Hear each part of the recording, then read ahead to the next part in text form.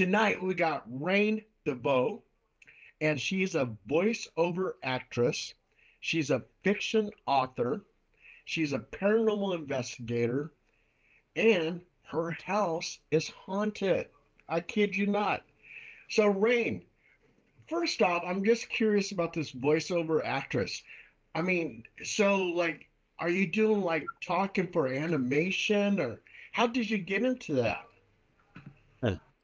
So I've been a stage actor since preschool, and that's always kind of been my passion.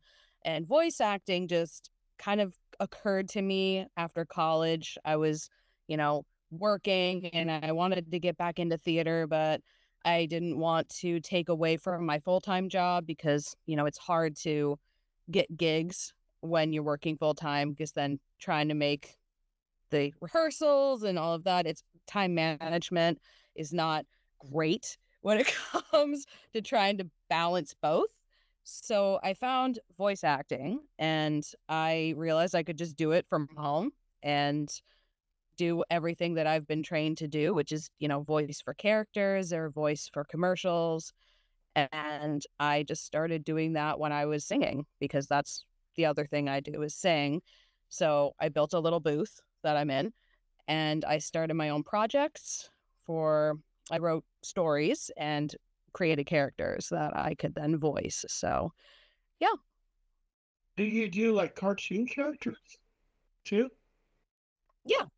Yeah. I have a few notable roles. I worked with a company a while ago called 555 Comic, and I was their lead actress for their character who I think it was about 3.3 million followers on TikTok from her voice. So, and which her voice is my voice. So I helped them kind of grow that as well. So that was really fun. Was that Luna? Rem, Rem, Rem. Hmm? Was that Luna? Was that Luna? Rem, Yeah, Rem, that's me. Can you give us an example of the voiceover type thing? Yeah, what kind of example? One of your characters. Rem, Rem, Rem, Okay. Um, Rem. so I would say, I is cursing allowed on It, the podcast. if you don't do any, it'll be a shame. Go ahead. Okay. Um, so I have a character named Sadie at Rainstorm Productions. If you look on YouTube, it's the first video of that comic, so kind of the pilot episode. And she's very aggressive. She's very vulgar, but she's a lot of fun to play. And so one of her lines was another one. Shit, I know I'm hot, but leave me the fuck alone. And it's just like very aggressive.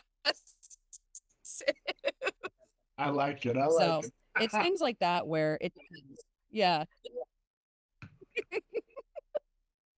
Rem. So, have you thought about doing video games for like the characters or fighting games, anything like that? Have they approached you for that? I would think so. Rem, Rem. I need an agent. That's what I'm working on right now, because then I can hopefully land some more roles. Right now, I'm just kind of doing it myself. So I don't have too big of a reach outside of where I'm auditioning. So if I get a agent, that would help a lot. Rem. That's cool.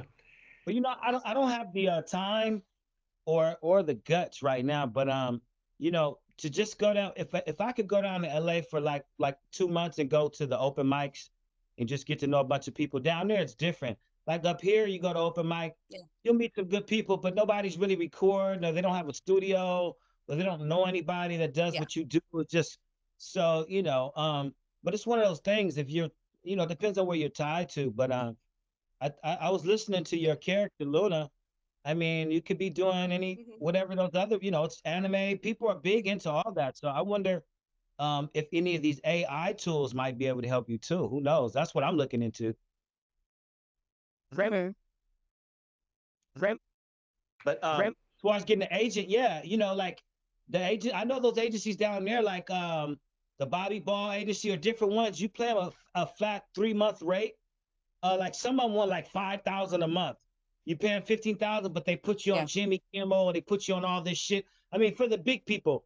But I'm sure they have smaller, agents that do these packages. But I've been asking around about that.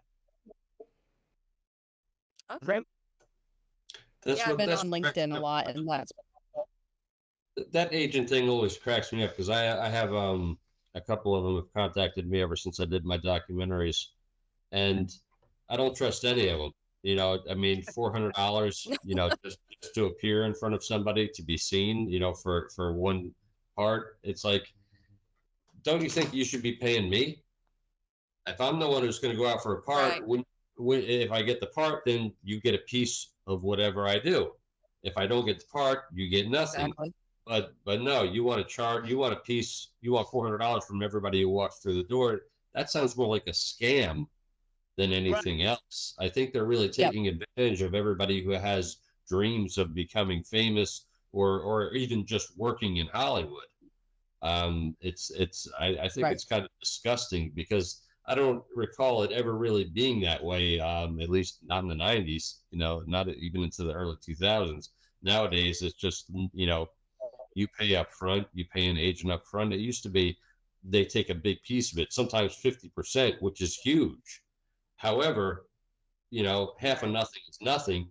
So, it kind of makes sense. It's like you want to do it, you do it. But the audacity of them to be like, oh, yeah, $5,000 a month. Who the hell can afford to pay $5,000 a month?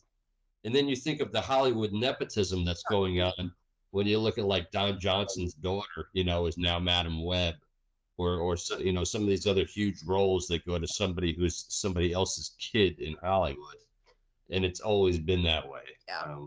It's a bunch of horse shit, that whole system. Phil, give me a chance. Yeah. It's all about connections. Phil, Phil, give me a chance. I want to be your agent. All right. I'll need $800 up front. And he's worth much more than that. Phil is really good. Yeah. I'll give you 75% of whatever you get me. All right.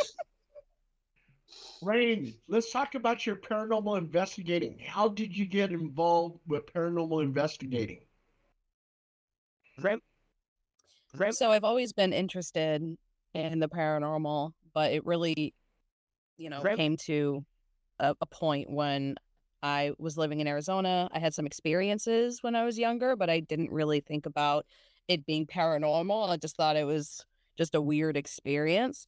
And then I was dating somebody who lived here in Boston, and I came out to visit, and there's so much rich history, especially in Salem, that as soon as we came to Boston, it felt almost like I was home, and that's where I was meant to be. Because when I grew up in Arizona, I did not feel that way, and I was just kind of like, my family's here, so that's where I'm at. But I wanted to be in Massachusetts so bad because of just the way that it made me feel, that I moved from Arizona to Massachusetts to finish my degree. And then I started going to the Borden House in Fall River, Massachusetts, to kind of learn more about that history. And when we did a ghost tour one evening, there was a young woman who was using dowsing rods to speak to spirits.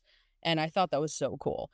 And the entire night that we were walking around, she was using them, and she kind of handed them off to me randomly. I don't really know why. Maybe she got a vibe.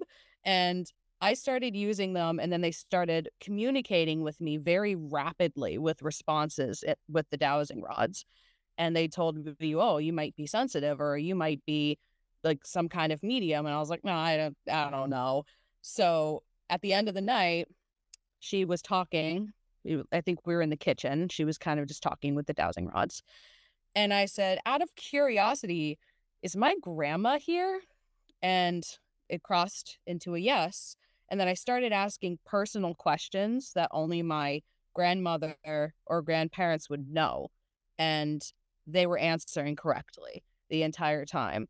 So that kind of made me miss them a lot more, obviously, but also realized that I could communicate with them in some way. So I got my own dowsing rods and I, had them blessed and I started communicating, and it just really opened me up more to, being able to communicate with them. But I would say I didn't do it properly at first. I didn't really educate myself. So I had some bad experiences. And I would say definitely don't just jump into that kind of thing. Like, do your research. But they started chatting to me all the time. And it made me realize that as I chatted more with them, I really wanted to help other spirits that may not be heard. So I started going back to the boarding house more. And then every time I went to the boarding house, it was like I was getting them saying, "Hi, Rayne. Hi, Rayne." And like the kids that were from next door were clinging to my leg. And I was feeling all of these crazy sensations where I was trying to tell myself in my head that it wasn't real, but I couldn't explain it either because it was like physical contact. And there were certain rooms in the boarding house that I couldn't even walk into because I felt so uncomfortable. You're talking And about I didn't see anything. you're talking about Lizzie What? boarding, the Lizzie boarding house. Yeah. Yeah, I did an investigation Yes. there. When I went to Boston, I did an investigation there, and Harvard. I went over there because Chance the Rapper's agent or manager was actually giving a speech over there, and so I did a little sneaky investigation over there. And I went to Salem, Yeah. Massachusetts, and that was mind blowing. Yeah. Salem is so full of energy that so my wife grew up in Salem and she's aware of all of this. But I had never been to Salem. All I knew is, Bette Midler, Hocus Pocus. I'm obsessed. I want to go where Bette Midler was because I'm a nerd. And so I went to Salem and I was like, oh my God, there are so many feelings and experiences that I wasn't ready to have, that my wife was kind of like, this is why I didn't take you here until you were prepared because there's too much to deal with here.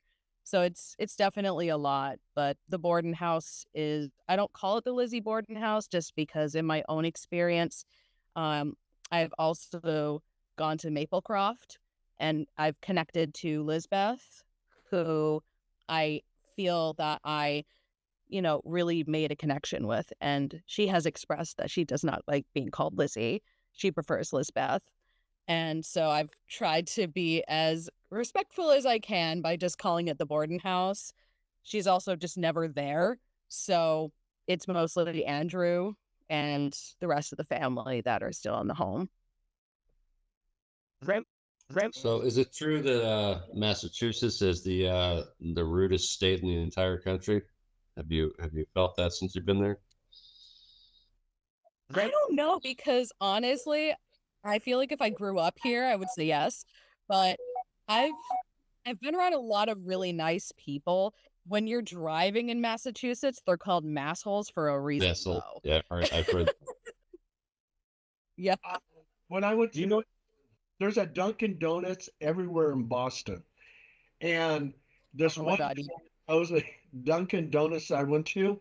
I asked for an Americana, and I asked for cream and sugar in my Americana, and the waitress looks at me and she goes, "Well, I'll do it this time, but in Americanas you don't put cream and sugar." I go, "What? What are you talking about?" Yeah, so that was the only real rude person I met in Boston. Yeah. Have you been to New Bedford?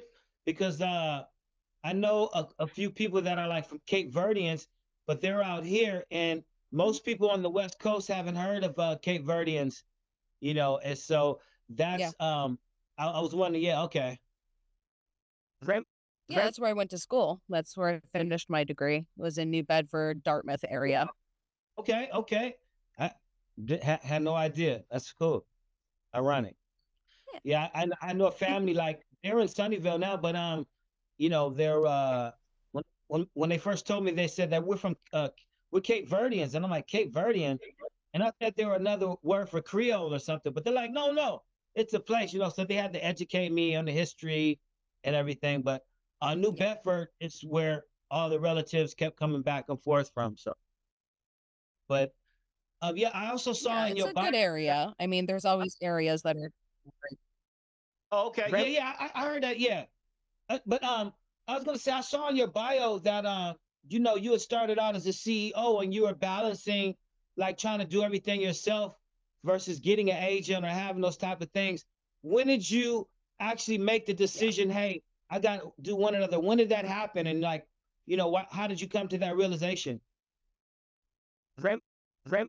So I ran the company for about 5 years and it started growing and growing and growing. And I have no business experience or education at all. I just did it because I wanted to share my stories with the world and I wanted to, voice act and sing and create characters and stories that people would enjoy. And people started flocking to it. Like it was a small fan base, but a strong fan base.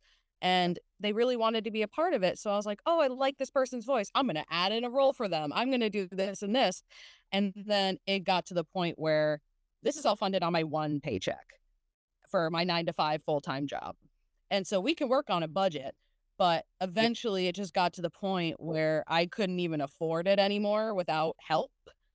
So I stopped production and I've just kind of worked towards putting the stories out as novels where I don't need a whole team of people, rather than I can kind of do it myself more and not have to spend so much money.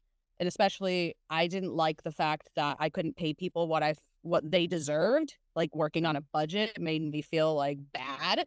So I was like, I need to have somebody help me with this. Otherwise it's just I'm not educated and experienced enough in business in order to keep this going at the rate that it's going. Okay. The thing you did that most people keep trying to do it by themselves, That's cool though. Yeah. I just wanted to do right by, everybody that was there. And the team that I had we're still hanging out. We're still chatting. I have so many artist friends and voice actor friends who are like, if you want to pick it back up again, you know where I'm at. And I'm like, all right, cool. So yeah, they're game. Good friends, like, yeah, okay. So what Yeah, are your most of them favorite? came to my wedding. Oh yeah, everybody was at the wedding. Okay, how Not many people? everybody, but there were like 50 to 60 people, but I did have some of them were on like a Zoom call if they couldn't actually be there in person so that they could see me walk down the aisle. So a lot of my friends who couldn't make it were able to at least see it, which was nice. Thanks. Rayne, you were saying that your house was haunted. Can you tell us about that? Mm-hmm. So I use haunted kind of loosely because it's a very welcome haunting. It's a lot of my family and friends that have passed away or animals that have passed away. And I have also people that I've connected with. So friends of mine who have had family or siblings pass away, I will connect with them and kind of ask them questions. So a lot of these connections to spirits that I'm not related to happened because I was on a phone call or a video call with somebody and I said, oh, there's a male energy attached to you and this is what they look like, without even knowing who this person was. And then they'll say, oh, that's that person. And I'm like, oh, okay. So then I feel like those spirits realized that I could see and communicate with them. So they just started hanging out and they're welcome because they're positive and they're kind of part of the circle of light that I have right now. So when negative things try to come in during sessions, I almost have this army of just like light spirits who are like, you can't touch her, get out. And it's great. So sometimes they're a little cheeky and they'll like throw something in the kitchen. And I'm like, you don't, no, don't throw things in my house that's rude. And then they won't do it again. So they know. But they're very personable. Well, that's cool. So, when you do your paranormal investigating, do you get EVPs and stuff like that? The crazy thing is we do. I used to go on investigations with my friend called, his name is Jerry, and he had access to Maplecroft. And we had a whole night full of just constant video, EVP, so much recorded, and all of the footage was lost by the end of the night. Wow. And I was so upset because that experience was life-changing for me. We had full-blown conversations with Elizabeth on video. I had a video of me getting scratched by the guy that lives in the basement because he's not a nice person. But we had so many wonderful things on camera that we recorded, and then Jerry told me that he lost all of it. And Wow. I was so upset. What the you doing? You I know, know. I was like, see, you had one job. So, Fired. Rayne, I've been through yes. I had this one videographer, and he saw Yeah. we did this paranormal investigation, and he saw this scratch on a baby. For some reason, he thought the parents did that, and the parents had nothing to do with that. And he called child, what is that? Child, Yes. Child you know, protection. yeah, yeah, Cyphers. yeah, CPS, yeah, Child Protection Services. And I found out about it, and the parents were upset. They called me and everything. I said, "Why in the hell would you do that?" And you don't even know how that baby got that scratch. So anyway, I had to fire him from the group, and he had something like, my God, 75 videos, and some of it had some of our best evidence. I mean, like a full body apparition, everything, and he deleted all of Yeah. them to get back at me. So yeah, I know. Oh, And his name was Andy. yeah. I'm just kidding. I'm just teasing Andy. Can never, can never be.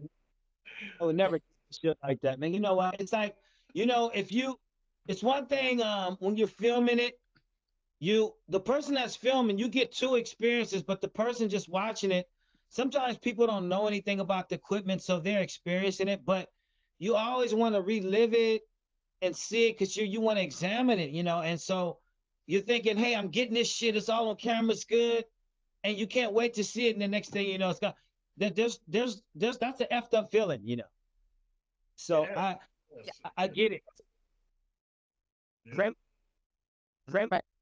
I've heard it happen to a lot of paranormal investigators. I don't know if you guys know about Sam and Colby, but a lot of times on their videos, they lose a lot of evidence that they capture because either the spirits don't want you to see it, or, they're messing with the equipment to gain energy. It could really be a number of different things. So, Oh no, for a firsthand, I had something that I really the best. I don't want to say footage, whatever the best, whatever I had clip, I liked, and I wanted to watch over and over. I looked at it, and I said, hey, let me save this. Let me make a MP4 of it right away. And for some reason, I didn't. I had the computer before I went to bed, and it wasn't perched anywhere high, but the SD card was in the side, and it fell, and it broke it in half. And my first thing was like, oh shit, like I could fix this some kind of way. There must be some service. So, after scouring the internet and all services, I realized they can't fix a broken SD card at this time. So I just packaged it up in case, maybe 5 years from now. But I was I still haven't gotten over it. And I haven't been as excited about some of the other things that I was capturing because I still am looking for this, like, this one particular object. But anyway, that's just me. I think that's everybody's ending. I mean, oh my God, it's so good that a lot of our old family photos are being digitalized, um, because that way you don't lose it. I mean, if your house burns down and these photographs are destroyed and burned up, Yeah. I mean, that's your memories, that's your history. You want to preserve it, you know. So yeah, You so know, the silent era masterpieces, they say 90% of the silent era films that were ever created are gone. We have no copies of them, no references. All we have is posters. There was a silent era Frankenstein movie, and there's literally one frame image of it, one frame, and it's 24 frames per second. That entire movie is gone. There was a Ten Commandments that was entirely silent. That film is gone. There's no copy of it left. Most of them, because the celluloid material is so flammable, was kept in these sheds in California, and they inevitably caught fire, and they were all lost. And then when sound came out, Yeah. they were just old movies that didn't have sound, so they weren't cared for properly. And yeah, so they were lost to time. We have no copies of them. There was an original silent Ben Hur, and that's gone. We have no copy of it. and it only exists with light because when it's shown on the screen, the movie screen, the light is like forever, but you'll never be able to see it because that film has been destroyed. Yeah, that's sad. It Yeah. is. It's unfortunate. Yeah. It's So, upsetting. so Rayne. Yeah. Oh, I'm sorry. Oh, go ahead, Phil. I'm sorry. No, I would go ahead. It's unimportant. It was just more stuff about the same thing we were just talking about. But No, let me hear it, man. You always got the greatest information. No, please. It's not so much paranormal. It was just about the loss of film. People do it all the time. I've done it. I've got 2 documentaries that I've done, and countless other things I filmed. And there's nothing worse than going out there and shooting for 8 or 10 hours, then coming home and realizing you've lost sound for more than half of what you've done for that day, or something, or the light was wrong, or or something was in the shot that shouldn't have been, and the person who was supposed to be watching out for continuity wasn't watching out for continuity, and so scrap that 8 hours out the window. And that's at small, no budget level. It actually happens in Hollywood still. So you're talking, tens of thousands of dollars, or even, more than that on a daily out the window. well, remember, Phil, that Universal Studios warehouse that had all the archived music that burned down and destroyed all that music, all that What year was that? copyrighted music. Oh, What year was that? I'll look it up real quick. I hear them. Yeah. It's all right, Paul. It's all right. Well, sorry I didn't cut you off. I hope you still have the thought. I was just wondering, for Rayne, so from your paranormal experiences to the stories you've written, like, are they all of them inspired? Some of them just from your imagination, and like, what's your favorite type to put on people? Rayne? So my favorite type is definitely like a mixture of comedy and drama because I find that I can really do that balanced very well where you can have a really dramatic scene, something very scary is happening, and then just randomly a character is kind of popping in and being the comedic relief, and it kind of gives the reader or the viewer a little bit of like, oh, okay, I can kind of break out of that fear state or that anxiety state. And so I like to really, my stories specifically focus on characters who are fictional, but also who deal with real life issues. Sometimes they're sensitive topics, but they go through real life struggles. They're very real, relatable characters that, you might be going through the same thing that these characters are going through at any given time. And that really helps people feel safe in reading those stories or viewing the stories and feeling connected rather than a lot of where I feel like in Hollywood or other mediums, it's glorified and it's very extravagant. And this is just, for me, I have a social work background in Yes, human services. You're a caseworker. That's good work. Yeah, I saw that. Yeah. So I use a lot of, what I experienced and what I've seen other people kind of experience being from all different walks of life and their own struggles to kind of create these characters that are very rounded and fleshed out and have a lot of depth to them. They're not just, you know, random characters that are like, this is my one personality. They have so many layers to them because that's what humans are. They're all layered and there's not just one side of somebody. So I think that also helps the consumers of my stories feel like they can get lost in that and they can be immersed in it. Very nice. Wow. Phil, you're a good writer. I mean, Phil, I would think, man, like, Thank you, how do you? I know it's not paranormal, but how do you come up with your lyrics? How are you able to like sink in? Because he's a good writer as well. I don't know how you guys do it and sink in and just let the lyrics come out that are what people are thinking. You know, it's hard. What do you say, Phil? How do you do that? Depends on whether it's a song or a story. It's if it's a song, you know, normally I try to start with a melody because I'm a melodic writer. I find if you try to go lyrics first, it's really hard to go, you know, and to try to line them up later on. It becomes wooden and very, very rigid, stiff at that point. With so yeah, if you've got the melody first, and especially if you've got a hook in your head, then the song almost writes itself. That's a gift. Like sometimes I'll just have a dream and wake up with a hook in my head, and that's a gift. Got to wake up, write that down real quick, and then you know, boom, you know, the rest of the day the song will just write itself. That's a great feeling. As far as stories, normally I like to have and you know it'll revolve around a character. You know, you just get fascinated with or a plot or a story or like you know sometimes like a great event. I remember hearing about you know a South American takeover where that was funded by the CIA and literally this elected official by his own people was about to be driven out of office by American funded bombers, and the thought of him actually sitting in his you know their version of the White House, I forget what country this happened in, but he's sitting in there and his last moments in office as you know they're about to come in and take him out and American bombers are coming in and this coup is coming in. Just trying to put myself in those circumstances is a pretty powerful you know moment. So if you could try to write if you have an ending right there's your ending. If you can try to wind that back and actually and stay focused on that's your ending. Now try to write this. How did this start?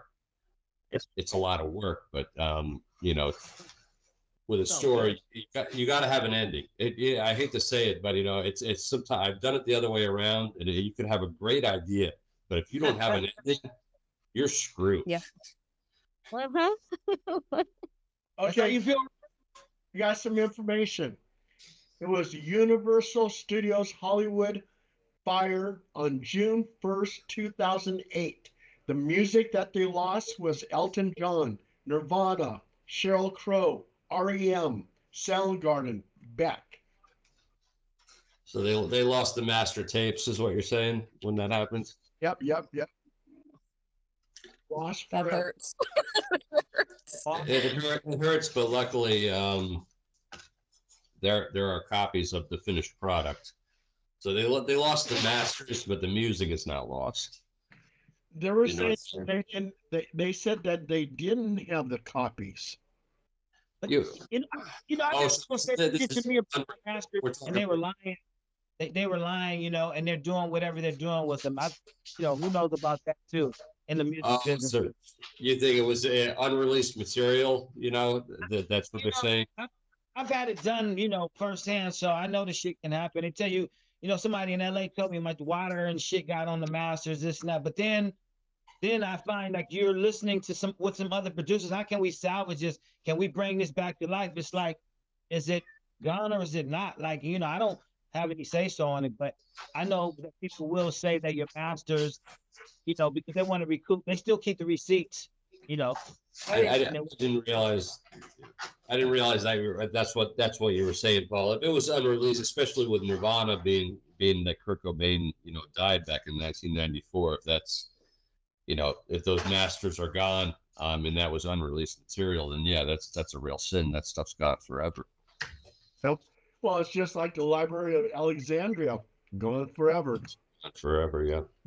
Yep. Oh, so hey, Rain, back to you. Okay. Do you have some books? Okay. Do you have some Gee, books? Yeah.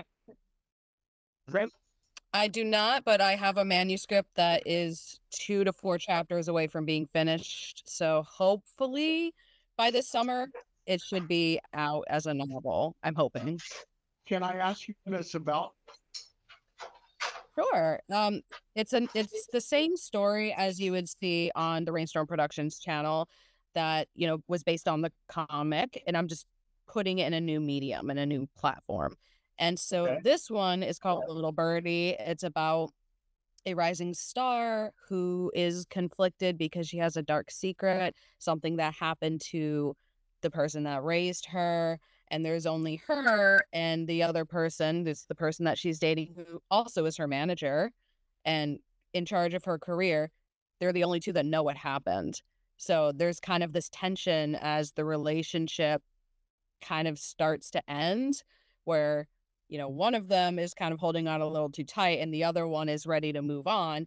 And then just to throw another wrench in, her childhood friend comes back, and then they realize that old feelings kind of die hard. So it's a lot of conflicting feelings and kind of navigating through how she's going to leave or try to leave the relationship she's in, and doing it in a way that won't affect her career or, cause some kind of scandal.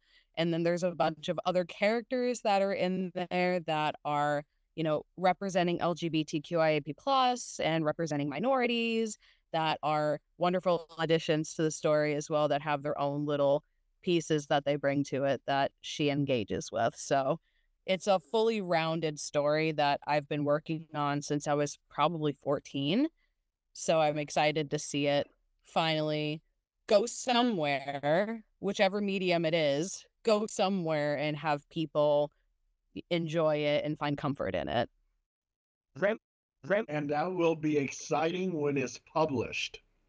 Yes. Yes. I have a literary agent who is pretty interested in it. So, fingers crossed that I can get the manuscript cleaned up, edited, and then he will take it from there. Hopefully it'll be big. Rem, Yeah. I remember when my first book was published, I was so excited. And then when it would wind up in Barnes and Nobles, Rem, I was just crazy with the excitement. Yeah, it was just Yes. crazy. Yeah. what? I would love to see it in media one day. That's the dream, Yeah. is seeing it like as a TV series, either animated or live action. I'm very inspired by the Vampire Diaries and how that book series got so big. Like, I would love that. But I also am worried about the creative part of it, because I know a lot of times when you adapt it, sometimes you lose that creative control. And these stories are so near and dear to my heart that I feel like that would be a struggle for me to give up a lot of that creative control. So I would want to work with somebody who could kind of let me be more hands-on. Rem, Joel's an author too. He has Yeah. a book. Yeah, yeah. And you write music. So if you ever need a singer, let me know. I'm here. I'm in Florida, but if you ever find yourself in Florida, look me up. I mean, I can sing in this microphone and send it to you. Like, it's easy. I forget we're in the digital age. Yeah, you could send her the MP3. She could put her vocals on it. Send it right back. Easy. Yep. So do you what do you think as far as the paranormal, like what stuff that really scares you at this point? Rem, Rem, I mean, I'm afraid of a lot of the negative energies that disguise themselves as good energies, because sometimes it's really difficult to tell. And if you're having sessions and it's, you're feeling very vulnerable, especially when I first started and I was talking a lot to my grandmother, I, would just sit there sobbing and talking to her about like how much I missed her, and like, I don't know what to do with the things that I'm going through right now. And that is when negative things creep in. and then they can start kind of taking over, and you can't really tell because I can't see them very clearly. I've seen things occasionally, but it's not what people think when it comes to being, a spiritual medium or, a sensitive. They don't just appear and go, "Hey, I'm right here," and you can see them clear as day. That's not how it always works, you know? Yeah, yeah. You grew up in a really spiritual part of the country. I mean, like, did you see UFOs and experience all that down there? Because I always thought I want to go to that area to see that type of stuff, but it's just in my head, and you wanted to go to Massachusetts. I want to go there.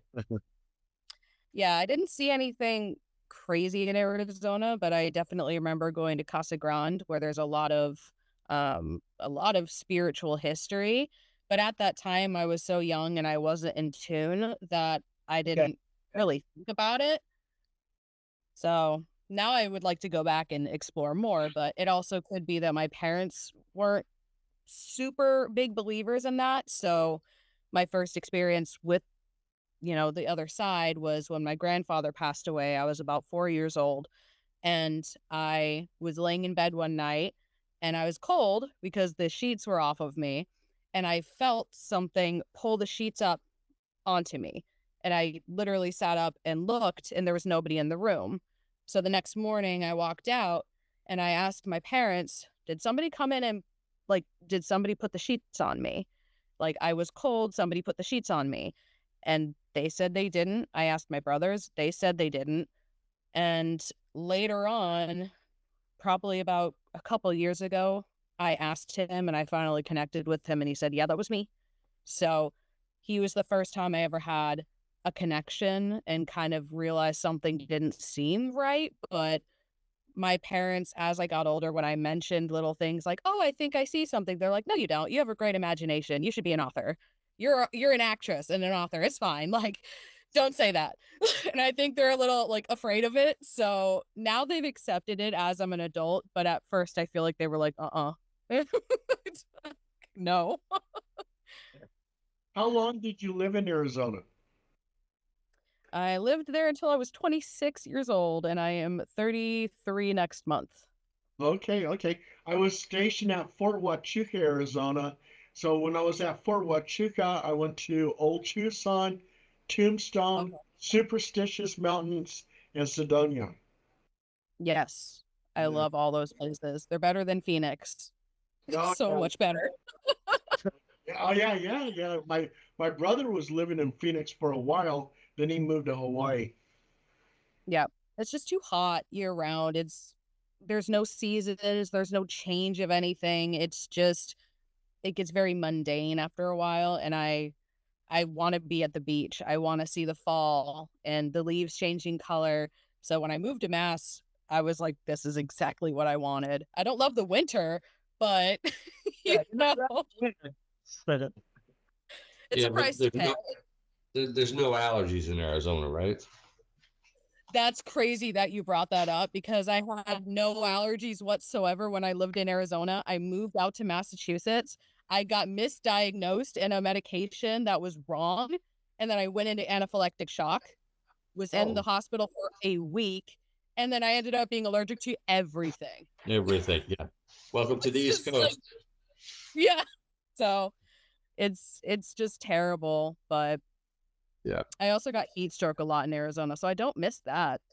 Yeah. No, no, but I'm in Florida and I'm allergic to everything. And Yeah.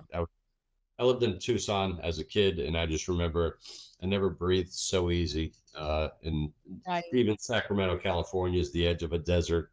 So certain times of the year was real easy, but Florida is a jungle. So, and it's So mold. humid. Yeah, rain and Yeah. mold. There's never a time when there isn't something setting my allergies off here. Yeah. Absolutely. Do you miss Arizona? I miss my family. Just, Yeah. I don't miss Arizona. Yeah. What about food? Are there is there any food from Arizona that you just can't find, in Boston or Mass? I think food out here is much better, to be completely honest. Yeah. There are some really good Lebanese food places in Arizona, but they only kind of recently started incorporating those. I think I was maybe in middle school, high school when they opened up that first restaurant that I really liked. That was more Mediterranean rather than just specifically Lebanese. My family, my dad's side is full Lebanese, so it's, I Oh. love Lebanese food. So what about like So we have Mexican a food? Lebanese restaurant. What? What about like Mexican food or Tex-Mex, anything like that? Anything better in Arizona? You can get just as good in Mass, you think? I think definitely Mexican food was better in Arizona. I will give you that because we had a lot of mom and pop kind of shops that would make handmade burritos. They were so good, and they're not out here. Yes, I think California has that way over Florida. However, there are things, the Cuban thing here that you can't get, out west. So it is what it is. However, I'm sure, the pizza on the East Coast, you can't get it on the West Coast. So And the seafood here is so good. Yeah, the seafood is amazing. Yeah, the pizza on the East Coast is just. I was in Sacramento for 23 years, and there were only maybe 2 places the entire time that even came close to East Coast pizza, and it still wasn't, Whereas, I got a place down the street where the guy's like right off the boat from Italy and spent like a couple of years in New York to boot, and he's got it down. It's straight up New York pizza. Yeah. yeah. Guys, you guys are making me hungry. Oh, Yeah, me too. yeah. Hey, So do you believe in aliens, Rayne? Do you believe in extraterrestrial life, and also I want to ask you, the LGBTQ, your community there, like, is it easier for you on the East Coast, or was it easier for you out here on the West Coast? It was so much easier out here because Massachusetts is one of the most progressive states, if not the most progressive state. And in Arizona, they're getting better, but growing up trying to figure out my own identity was very difficult, especially in public school. And, it's very religious in Arizona. And so that's difficult. I feel like I've known a lot of people that moved from Arizona out here who find that they feel more welcomed and that they're more safe here. But I do think Arizona is making steps to become better, but it's not on the same level. Okay. Yeah, it depends on it's because she's in the Northeast right now. If you were in Florida, you might feel differently. Whereas California felt much more open, than Florida. As soon as I got to Florida, I moved here during the height of the pandemic, and California was 6 feet distance, everybody wearing masks, and as I drove across country, I started seeing less and less masks until I finally got into Florida and there were no masks. It's like there was no pandemic down here at all. So it is a different world down here, and they were they were walking around with signs, the "Let's Go Brandon" and all that kind of crazy shit. I was like, oh, I'm definitely in a red state. As soon as I crossed the line, I knew it. Oh shit. Yeah. Then they're like, go back. I'm like, no, I'm here to cancel out your vote. And they really got mad. Hey, what would happen if you put a mask on, Phil? If you were to put a mask on down there, what would happen? Oh, I did it first. They were looking at me like I was an alien. My neighbor was 93 years old, and he offered to give me a ride to drop off my moving truck and drive me back. And he's not wearing a mask. And I'm like, Rich, you're not worried about catching anything? He's like, well, I got the shot. And I'm like, well, at least you got the shot. I'm like, that's something, so. Yeah. hey, Rayne, I got to ask you, are you a monster hunter? Because Massachusetts, you got the Dover Demon, you got the Thunderbirds, and you got Bridgewater Triangle. Did you ever go to the Bridgewater Triangle? Damn, nice. No, I have not explored any of that. Oh, wow. Yeah, the Bridgewater Triangle, people disappear. They walk through the trails and they vanish. They're Oh, just gone. And the Dover Demon has actually been seen over there. So, as a paranormal investigator and you live in Massachusetts, that's a place to go. yeah, Rem- I'm definitely gonna put that on my list. I have a whole list of things I want to go to and places Yeah, I want to see. And Shit, Paul. you gotta let me know. Let me know when you do. I want to know if you see anything. Just don't vanish. Don't I was vanish. gonna say, like, how are you gonna know if I vanish? How are you gonna know what I saw? I won't see As anything long on as she Facebook. reappears. As long as she reappears, I mean, shit, These are somewhere. the last days of brain. Oh my God. Well, even like Arizona, that's a very mystical state. I mean, you got superstitious mountains. People vanish Yep. from there. Sedonia, you got some strange, well, you have this porcupine, invisible porcupine cryptid that hangs around Sedonia. UFOs are seen there. You have ghostly spirits. In fact, some photos that I had from Sedonia was actually published on Paranormal Caught on Camera on TV. So they actually paid me $100 for those photos. So yeah, I mean, you've been to all these different states, Massachusetts, Arizona, very mystical, both of them. Yeah, Rem- absolutely. I'm jealous. I wish I had a team that I could go and, investigate more, but I'm working on it. We're working on it. Well, we do have Mount Shasta over here, and people vanish from there. Bigfoot is seen over there. The last of the Lemurians. You got UFO sightings, Bigfoot, and I did a Bigfoot hunt over in Mount Shasta, so that was interesting. Encounters.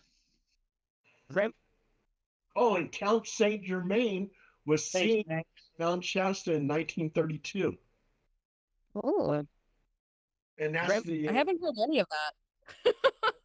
Viola Harris, Viola Harris met like Nordic aliens in the lower part of Mount Shasta, like as you're going up to like 4,000 feet.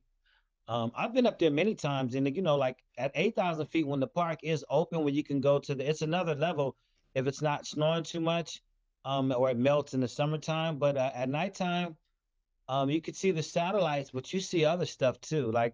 And you'll always find people up there that have been living up there. For instance, there was a man I knew. His name is Hoot, and he stayed in the wild for like 12 years by himself. He has this beautiful piece of land where you could see like the sun and moon like really well, and he invites people every night. I saw him on Mount Shasta after he'd been out for like 2 years, and he was writing this beautiful epitaph on love that he submitted to the government and all this stuff. But the guy was like heavy because he explained to me the history of the other mountain as well, Alani. The Indians saw that first when they got to Mount Shasta before they got to the second mountain. They named the first one, and they talked about the Lemurians and the vibrations. So you could be there on the mountain, seeing what you see, and there's something totally else going on another vibratory shift. That's one thing. But I've been up there and filmed airplanes, jets, and anytime you film anything up there, it's not like the regular sky. If you film some up there and you slow it down, you're almost guaranteed to find something very interesting. I mean, every time. Right. So And Rain, as a paranormal investigator, are you going to be like a Fortean investigator where you investigate all things paranormal from UFOs, cryptids, ghosts, demons, everything? Or just are you going to just I stay with ghosts? I think I'm open because I'm very spiritual, very spiritually in tuned and in tune. And I think I haven't done a lot of, research on cryptids, but I watch a lot of videos that, things caught on camera, cryptids caught on camera. And one thing for me that I can really rely on is when I see something that kind of puts that spiritual, like, Rem- I don't know what it's called, primal like fear in me, where like I Yeah. could be watching it and my brain thinks it's fake, but I get goosebumps all over my body just by watching it. I immediately am like, okay, that to me is one of my signals as a medium that that's something that is giving energy that it's real. And so I think, anything at this point, UFOs, cryptids, monsters, I think people glorify them as being silly and like not real. But there's so much in the universe that we don't know and we're never going to understand and we're not supposed to see, technically. We only have a limited knowledge and a limited view of the world until we pass on and then we get to see everything. So I think it's very, very, it could be very real that UFOs exist and aliens exist. I don't think we're the only beings that live in the universe. So aliens for sure. I don't know if they look like Hollywood makes them look or if they're different, but I do think that there's other life. And to us as people, we call that alien because we don't understand and not from what we understand. So I'd be interested in learning more about it and exploring more, but I guess my core as a medium is definitely working with spirits and trying to help them, figure out what they need and if they need help, and also trying to speak to negative energies in a way that isn't problematic. Like I've seen a lot of paranormal investigators be very problematic on their investigations. And I won't name drop, but there's a certain person that I do not like. And just the way that things are conducted, going into, places where they're like, show yourself, like throw something. And then spirits do. And then they're like, oh my God, they're evil. And they run away. Like, you asked them to. Like, what did you expect? Rayne, what do you think? What do you think about paranormal TV shows that you watch? Oh, that's a good question. um, they're very hit and miss. I really loved Kindred Spirits. That was one of my favorite shows. Paranormal Lockdown was really good. I loved Dead Files because Amy Allen, I feel like, is kind of an inspiration to me. We experience things in a very similar way, like the way that she can see things in her mind and then have somebody draw them. I've been able to do that a couple times. She's obviously way more seasoned and experienced than I am, but I can even that they yes. But I think other ones that are like, I'm a big macho man and I'm gonna come in here and confront the demons, like just stop. Like they're dealing with enough as it is. They don't need to deal with you too. And so there's certain people that I've watched that started my journey, which now I would not agree with. Also, because I've gone to the locations that they investigated, and then I've heard from the people who actually worked there that after they left, everything got worse. Like there were flies all over the basement. Like it was terrible. And spirits already that are trapped in locations are reliving pain. And all you're doing is coming in and exacerbating that pain instead of trying to help and trying to actually speak to spirits like they're people, because they're people. Regardless that they're dead, they're still people and they deserve respect in their home. And so I think that a lot of paranormal investigators don't do that. They just want views. And most of the time you don't get views. It's just how it is. Rayne, I know what TV show you're talking about because I used to work with those guys on 8 episodes. So I know exactly who you're talking about. I'm not going to mention their name, but I know. But you know, his name. Keep that thought. That best name though. I really like that name, Paranormal Lockdown. I just checked that show just because I like the name Paranormal Lockdown. That just sounds crazy. But what you're saying, so Paul, you don't think that the people that she's talking about that we're not name dropping, so you saw what she was talking about? It was reckless and abusive. Who are you talking to? The investigators, like they go to the place, stir everything up, walk with tracks, and leave, and everything's a mess spiritually. I being working with them, I was on one of their episodes, but worked on 8 of them. And reality TV's not reality. I'll just say that. Okay. Yeah. Now, I don't agree with that. Like people going in and just saying, "Show yourself, dance for me, like perform for me." Because I'm thinking these are people. Like Yeah. one, it takes a lot of energy for them to even do anything, and that's asking a lot of them to gather energy for you, somebody that they don't even know, who's coming into their home being arrogant and trying to be like, be on my TV show, prove that you exist. If I were in that spirit shoes, I'd be like, no, I'm not talking to you. Like, you're rude. Like, I'm not here to entertain you. I'm trying to just live my afterlife. Like, why are you bothering me? What the you Kind think? of. So, well, Yeah. like I worked with Penn and Teller. Now, them I can name drop.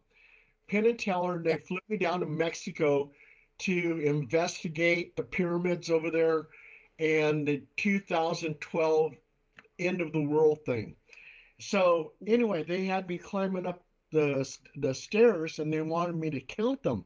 I said, "Why should I count them?" I said, "In the brochure, it says that it's so and so many stairs." They said, "Just count them, Paul." So they're filming me, and I get half up, and I'm exhausted, and I bend down and I go, "I lost count." So, and when people were watching it, they were laughing their asses off. But Penn and Teller, they did it in good humor, Rem- but which isn't bad. Phil, you do the documentaries. Like, have you noticed the research you do and what you put together? Did the edits pretty much reflect your full work, or is it a balance, or where you kind of don't get to put in what you really wanted? Documentary is different than reality TV, and there's documentary has changed a lot, over the years. If you think about documentaries from the 1950s, they were in their purest form, where you literally just interviewed people and you observed things. So Errol Morris changed the game in 1984 with A Thin Blue Line when he had actually added reenactments to that documentary, and got a lot of negative press for that. But that's the one documentary that got a guy off death row and saved the guy's life, and won an Academy Award for it. So it has changed, and over the years, it's still not. I don't think where reality TV is. If it gets to the point where it's reality TV, I don't consider it a documentary anymore. I consider it Yeah, you just reality TV. It's just entertainment at that point. You're going in there like you're Billy Badass, and you're gonna step into through those swinging doors at a saloon, and you're Yosemite Sam, and you're like, who wants a fight? It's really drama you're trying to bring to a show, which is otherwise really not going to be all that exciting. I mean, it's not, Right. ghost hunting or mediumship or a seance is almost never going to be a real action packed. It's not an action Right. movie. So where these guys are trying to bring that to to this type of, it just doesn't. I agree with you. I don't like that at all. I never did. That's why I never really watched those particular shows about it. I much prefer the old In Search Of with Mr. Spock, Leonard Nimoy. I love those because those were true documentary style with the interviews, and they even had one on Saint Germain, which is one of my favorites of all time. And of course the one on Bigfoot, which everybody knows. But and they had ones on hauntings, and I just thought that they were done well and respectfully.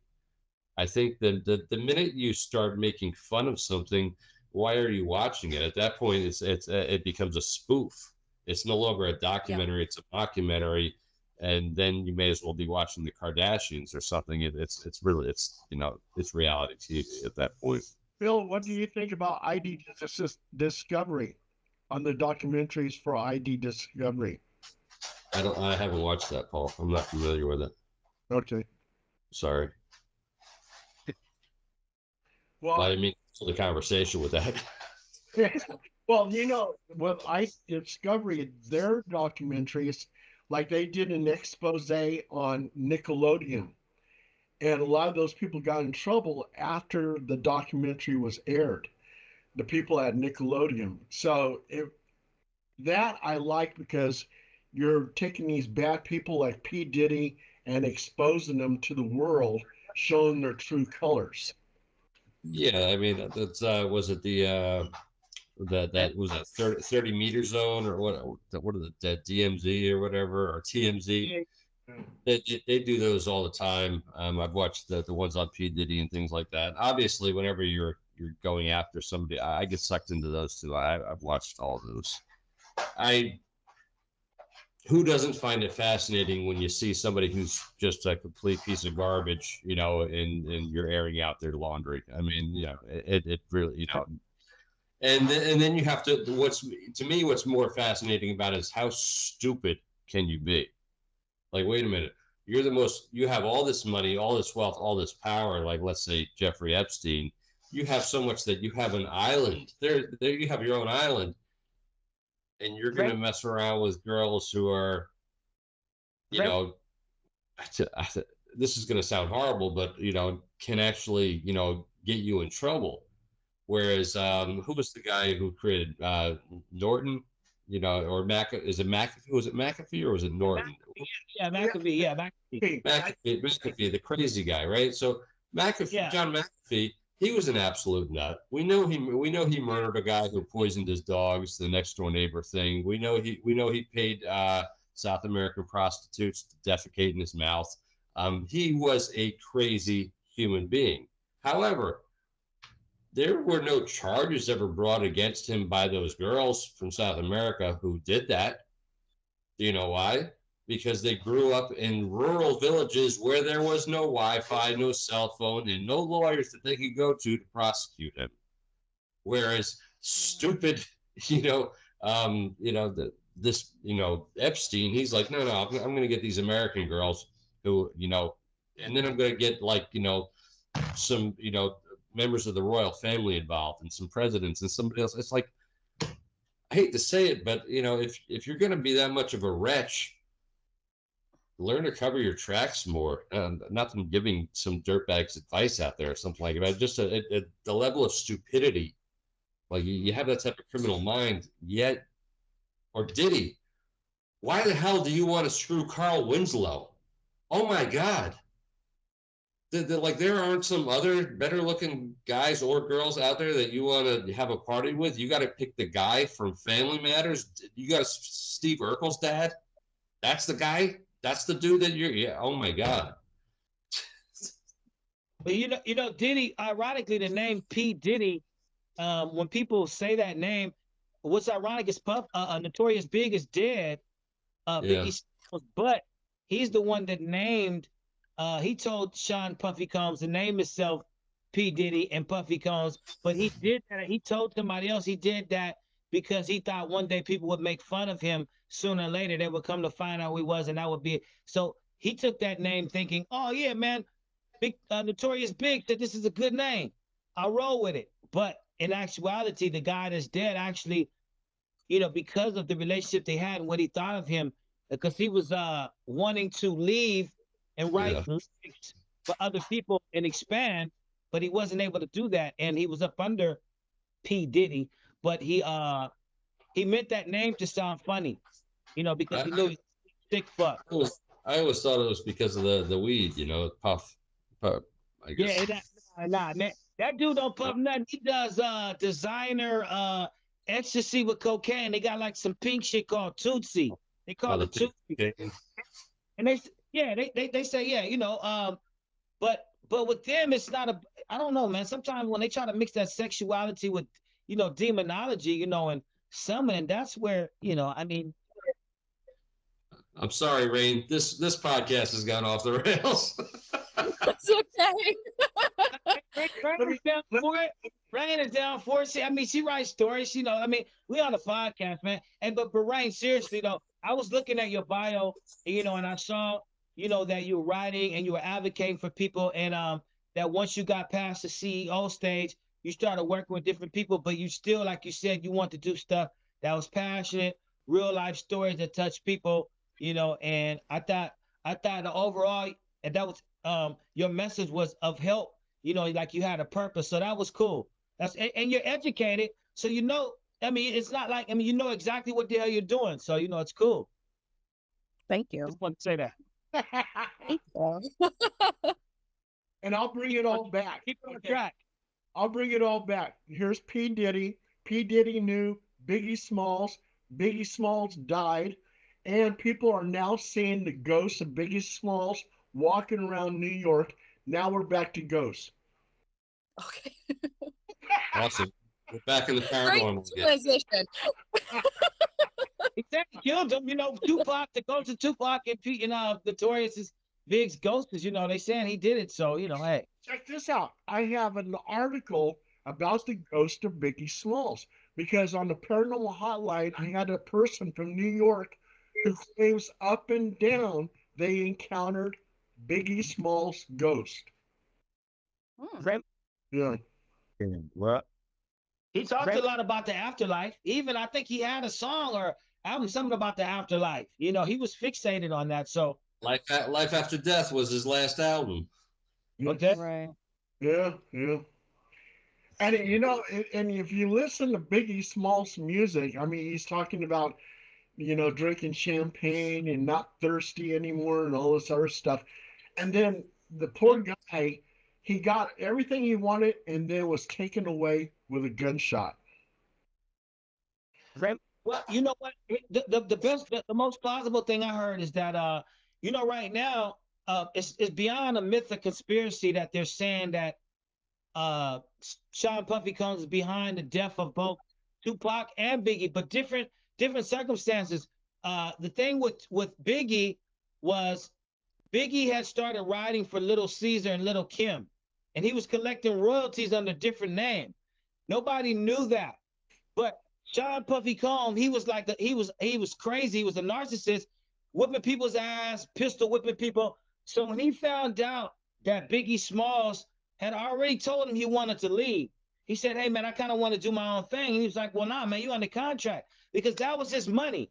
And those guys had already been trained by mafia type guys to say, "Hey, look, if your artists want to leave you, man, that's your money. Fuck that, you can make money off of them dead too. If they want to leave, you can make money both ways." So soon as he told him that he wanted to leave, and then he found out that he actually was the ghostwriter and making money publishing, that set him off. And so they said that he, the bodyguard testified that was one of the reasons he wanted to put a hit out on him. And with far as Tupac, there's a Crip leader where he keeps testifying that $1 million was offered to him to do it.